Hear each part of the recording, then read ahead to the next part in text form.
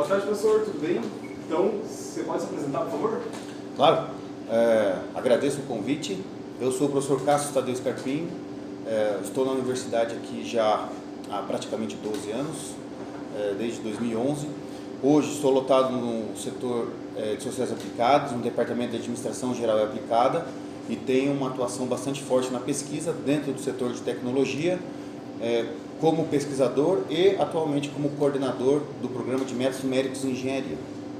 Então, professor, a gente está aqui um pouquinho hoje para falar da sua história. A minha primeira graduação aqui na universidade foi de 98 a 2001. Eu fiz licenciatura em matemática aqui no setor de exatas e eu era jogador de futebol, né? Então eu joguei 11 anos no Curitiba, já lá desde do fraldinho até o profissional, né? E em 2001 me profissionalizei como jogador de futebol, mas ao mesmo tempo eu fazia o curso noturno de licenciatura em matemática, né? Foi quando eu terminei a licenciatura em 2001 e aí fiquei um tempinho como jogador. Você fez alguma pós-graduação, alguma coisa nesse sentido? A minha carreira de futebol profissional, ela não foi muito longa, né? Seja por questões extra-campo, empresários, ou seja porque faltava muita habilidade para mim, seja qual for o motivo. Eu acabei ficando no meio profissional do futebol durante 4 anos, 2001 a 2004. Em 2004 encerrei minha carreira a princípio, né? Pensei que tinha encerrado minha carreira de futebol profissional num clube de Santa Catarina, no Marcílio Dias de Itajaí, e ao final do ano eu acabei escolhendo vir fazer o mestrado. Em fevereiro de 2005 eu entrei no mestrado de métodos numéricos em engenharia aqui no setor de tecnologia. E depois que você terminou o mestrado, você já engatou o doutorado direto, então? Mais ou menos. Quando eu terminei, então eu fiz o mestrado em 2005, eu defendi em 2007. Na época nós tínhamos um sistema de espera de bolsas, né? Então eu dependia da bolsa para continuar estudando. E em 2007 eu resolvi, no início de 2007, eu defendi o mestrado e resolvi começar a jogar o futebol amador aqui de Curitiba, né? A famosa suburbana. Joguei durante 14 anos, aí de 2007 em diante, 14 anos no Villa Hour Sport Clube aqui pertinho do Centro Politécnico. Jogando o primeiro ano aí na suburbana, que foi o primeiro semestre de 2007, eu estava para pegar a bolsa do doutorado ali mais ou menos por agosto, setembro. Eu tinha recém passado num concurso de professor substituto na matemática, então eu dava aula de cálculo, álgebra, geometria analítica, e quando acabou a suburbana eu recebi um convite para poder voltar ao futebol profissional, só que na Itália, né? Como eu tenho descendência italiana, tenho passaporte italiano, um empresário me viu jogando no amador e eu acabei tendo que escolher, né, um dilema entre continuar a carreira acadêmica, onde eu ia pegar bolsa de doutorado, era professor substituto, e voltar a tentar a carreira de futebol, né? Tentei. Então eu abandonei tudo da noite para o dia, de uma sexta para sábado. Alguns funcionários da universidade estão até hoje aqui, podem contar essa história, mas eu acabei pedindo demissão na sexta tarde, abrindo mão da bolsa, que no sábado de manhã eu ia para a Itália tentar a minha carreira de futebol profissional. E como foi lá na Itália a sua carreira? Então, essa foi a parte dura aí dessa história toda, né? Eu fui para lá, a princípio, na época, tudo certo, o empresário tudo certo, chegando lá não era nada certo, né? Então, muitos aí que vão nos ouvir aí já viu histórias, né, de atletas que vão para a Europa e chegam lá, as coisas não dão certo, acabam, às vezes, dormindo em lugares não próprios, né, rodoviárias, na rua, em algum lugar assim, às vezes até passando fome, e essa foi um pouquinho da história que aconteceu lá comigo, né? Eu fiquei lá quase 2 meses, não deu certo, o empresário que me levou acabou não conseguindo fazer com que aquilo que ele prometeu tinha dado certo, e foram 2 meses bastante duros lá, de dormir em rodoviária, de passar dias em trem sem ter o que comer, e tudo em prol de um sonho, né, de ser atleta, né? Infelizmente não deu, mas aí eu voltei, e aí eu posso dizer que a universidade me abraçou de novo. A minha orientadora na época, a professora Maria Terezinha, ela falou: olha, você vai conquistar o teu sonho, mas se não der certo você volta, que eu vou estar com os braços abertos. E chegando aqui foi a primeira coisa que ela fez, foi me acolher e me dar a oportunidade de voltar para fazer um doutorado aqui, né? Então, quando você voltou, você já engatou direto no doutorado? Eu fiquei de final de setembro até fevereiro fora do doutorado oficialmente, né? Eu fiquei fazendo algumas disciplinas extras e nesse meio tempo eu dava muita aula particular, né? Os alunos aqui das engenharias entre aspas, me contratavam, né? Então, GA, álgebra, cálculo, o pessoal fazia turmas, ao invés de eu ter aula particular para um aluno, eu juntava 10, 12, 15 alunos e aí eu fazia reforço dessas disciplinas para a galera. Eu entrei no doutorado efetivamente mesmo no final de fevereiro de 2008, né? Foi quando eu voltei e efetivamente eu entrei no doutorado em métodos médicos e engenharia mesmo, né? E qual que era o plano de carreira, então, enquanto você fazia o seu doutorado? Bom, quando nessa época aí, 2008, muitos concursos públicos, né? Então, para quem faz mestrado, doutorado, nós temos geralmente duas carreiras, né? Uma mais aplicada dentro do mercado, com pesquisa ou até mesmo dentro das empresas, resolvendo problemas das empresas, ou uma carreira mais acadêmica. Como eu fiz licenciatura em matemática, eu não queria muito ir para o ensino fundamental e médio, eu queria na carreira acadêmica do ensino superior. E aí o doutorado em métodos numéricos, né? Com a graduação em licenciatura em matemática, eram pouquíssimos concursos na época que saíam, né? Tinham poucos concursos, então eu resolvi no final de 2008 fazer um vestibular, aqui na Federal mesmo, e acabei entrando no vestibular na concorrência ampla, geral, em engenharia de produção, né? Engenharia de produção era um curso recém-aberto, a primeira turma de 2007, e eu entrei em 2009, então o meu GRR era 2009, para você ter uma ideia, né? Então, nessa época eu fazia o doutorado e, ao mesmo tempo, eu fazia o curso de engenharia de produção na graduação. E eu fiz um segundo processo seletivo, já tinha dado o tempo necessário afastado, e em 2010 eu passei num segundo processo seletivo. Então, 2010 era um ano bastante atípico, assim, bastante incomum, né? Eu dava aula para alguns cursos de engenharia, engenharia álgebra, cálculo, geometria analítica, eu assistia a aula, né? Então eu saía às vezes da aula, sentava na cadeira na própria sala para assistir a aula logo em seguida do curso de engenharia de produção, e nesse meio tempo todo tinha as minhas tarefas do doutorado, né? As disciplinas, a pesquisa, artigos para publicar. Então foi um ano em que eu vinha aqui para o Centro Politécnico, né? Praticamente eu passei muito mais tempo na minha vida dentro do Centro Politécnico do que na minha própria casa. 7h15, 7h20 da manhã, saía 10h30, 11 horas durante esses 2 anos, né? Principalmente 2009 e 2010. E como foi sua graduação, assim, num curso tão recente que era engenharia de produção na época? O curso de engenharia de produção ainda não tinha formado a primeira turma, né? Então a primeira turma entrou em 2007, teoricamente a primeira formatura era em 2011, mas como eu fazia o doutorado ao mesmo tempo e já tinha a licenciatura em matemática, eu fiz uma solicitação na época para o coordenador para fazer algumas quebras de pré-requisitos em termos de quantidade de disciplinas, né?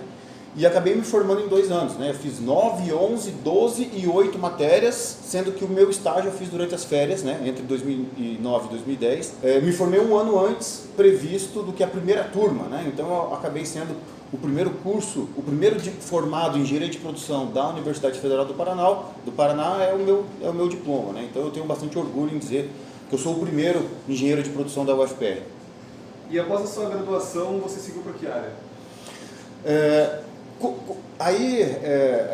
A vida às vezes ela nos encaminha para onde que ela precisa, né?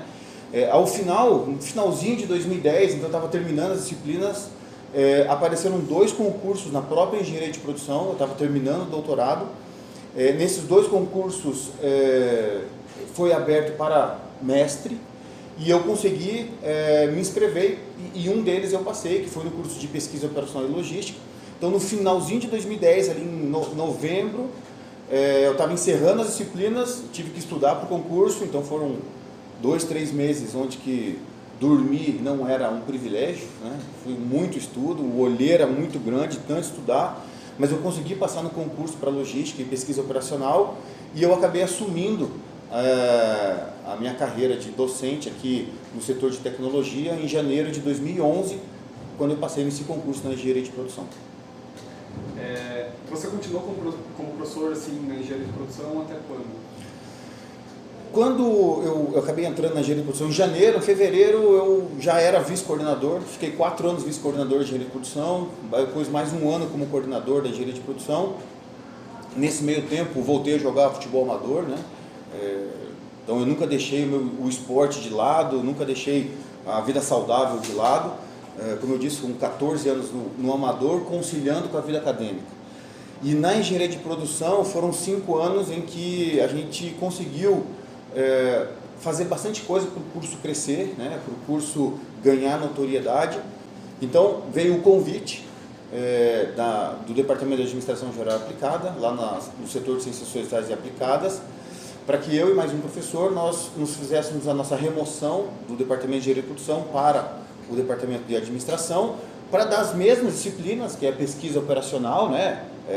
Que é o que eu trabalho, que é o que eu gosto de fazer, o que eu gosto de pesquisar, essa parte de matemática aplicada às empresas, né? Inteligência artificial, essas coisas que hoje estão na moda, a gente já pesquisa há uns 15, 20 anos aí. E lá a gente ia criar, e criamos, né, um núcleo muito forte dessa disciplina com relação internacional com a Universidade de Laval, no Quebec, no Canadá. E aí é onde que eu estou lotado até hoje, né? Mas o meu vínculo aí, mesmo indo para o Departamento de Administração, o meu vínculo na pós-graduação, desde 2011, quando eu passei no concurso, como professor pesquisador no Métodos Numéricos de Engenharia, que é aqui do setor de Tecnologia e Exatas, e onde atualmente, inclusive, eu sou o coordenador, né? Estou o coordenador. Você poderia contar um pouquinho como foi então, a sua trajetória como coordenador do programa? O Métodos Numéricos ele é um programa bastante clássico aqui dentro do setor de tecnologia, né? Nós agora em janeiro de 2024 somos um programa que vai fazer 30 anos de existência, então é um programa bastante antigo, bastante reconhecido, e eu, para quem segue as minhas redes sociais ali, principalmente o LinkedIn, eu tenho um título que eu sempre sigo com o Métodos Numéricos, né? Que o Métodos Numéricos é um programa que está sempre à frente do seu tempo. O programa ele cresceu, era nota 5, por problemas internos ele acabou caindo de 4 para 3, e ali no final de 2019, mais ou menos, eu e mais um professor, o professor Gustavo Ló, nós assumimos a coordenação do programa. Nesse meio tempo nós conseguimos reestruturar o programa, conseguimos redesenhar o programa, nós conseguimos de novo estar na vanguarda da pesquisa em relação a métodos numéricos, e nesses últimos 4 anos nós conseguimos voltar aí para a nota 4, nós crescemos muito, nós somos o programa que nesses 2 últimos anos mais cresceu aí, um dos que mais cresceu dentro da UFPR, e isso nos dá bastante orgulho, né? Até porque eu tenho uma gratidão pelo Métodos Numéricos, pelo setor de tecnologia, fiz mestrado, fiz doutorado, nada mais justo agora que como professor, como pesquisador, eu possa contribuir e fazer com que o Métodos Numéricos seja aquilo que ele sempre foi, grande formador de grandes pesquisadores, de grandes professores, de grandes profissionais, e agora principalmente, né, com o nosso, aquilo que a gente vinha pesquisando há 10, 15 anos atrás, agora as empresas estão correndo atrás de profissionais que o Métodos Numéricos já vem formando há 30 anos. Né? O que você poderia dizer então, uma dica, sei lá, para os alunos do setor de tecnologia, porque muitas vezes a gente pensa que a nossa vida é linear e a sua vida a gente pode ver que não é nem um pouco linear, né? Então, qual conselho você poderia dar assim para os alunos? Conselho, se fosse bom, a gente cobrava, né? Não dava. Mas o que eu posso dizer de experiência própria, em primeiro lugar, nunca deixe de estudar. Né? As pessoas podem pegar nosso carro, nossa carteira, nosso celular, mas o nosso conhecimento nunca. Então, se eu não continuasse estudando, quando eu estava lá no Júnior do Curitiba, quando eu estava com o meu sonho de criança de ser jogador de futebol, como era de muita gente, se eu parasse de estudar, talvez hoje eu não estivesse aqui, né? Então, continue estudando. Mas principalmente, ouse, queira fazer as coisas, faça com vontade, né? Vai estudar, estude para valer, vai passear, passeie para valer, vai se dedicar, se dedique de corpo e alma para as coisas, porque se você não se importar com aquilo que você está fazendo, se você não se dedicar de corpo e alma, a coisa não vem. Então, hoje nós estamos num momento que a tecnologia ela não é mais o futuro, ela é o presente. Então, para todos os alunos de tecnologia que consigam entender a importância da informática, da matemática, da estatística aplicada à engenharia, entender que isso já é o presente e vai ser cada vez mais. Os alunos eles têm que entender que o conhecimento adquirido vai ser utilizado e é por isso que você vai ser pago. É por isso que as empresas vão atrás de você, é para você ser um resolvedor de problemas. Então aprenda o mais rápido possível a resolver problemas. Seja ele com um aspecto teórico, seja ele com um aspecto prático, seja ele a junção das duas coisas, a vida não vai te dar a oportunidade de você estar acertando sempre. Tá? Já dizia o filme do Rocky Balboa, né? A vida o mundo é um lugar cruel, um lugar que vai te deixar no chão se você deixar, mas aí é a hora de a gente levantar e seguir em frente, né? Então, o que eu posso dizer para vocês é, você que está estudando e você que está querendo seguir uma carreira nas engenharias, na arquitetura, se dedique, faça coisas novas, ouse, mas faça de coração, faça intenso, seja intenso. Isso, por mais que a vida te derrube, vai com certeza te ajudar a te levantar e seguir uma boa carreira aí para frente.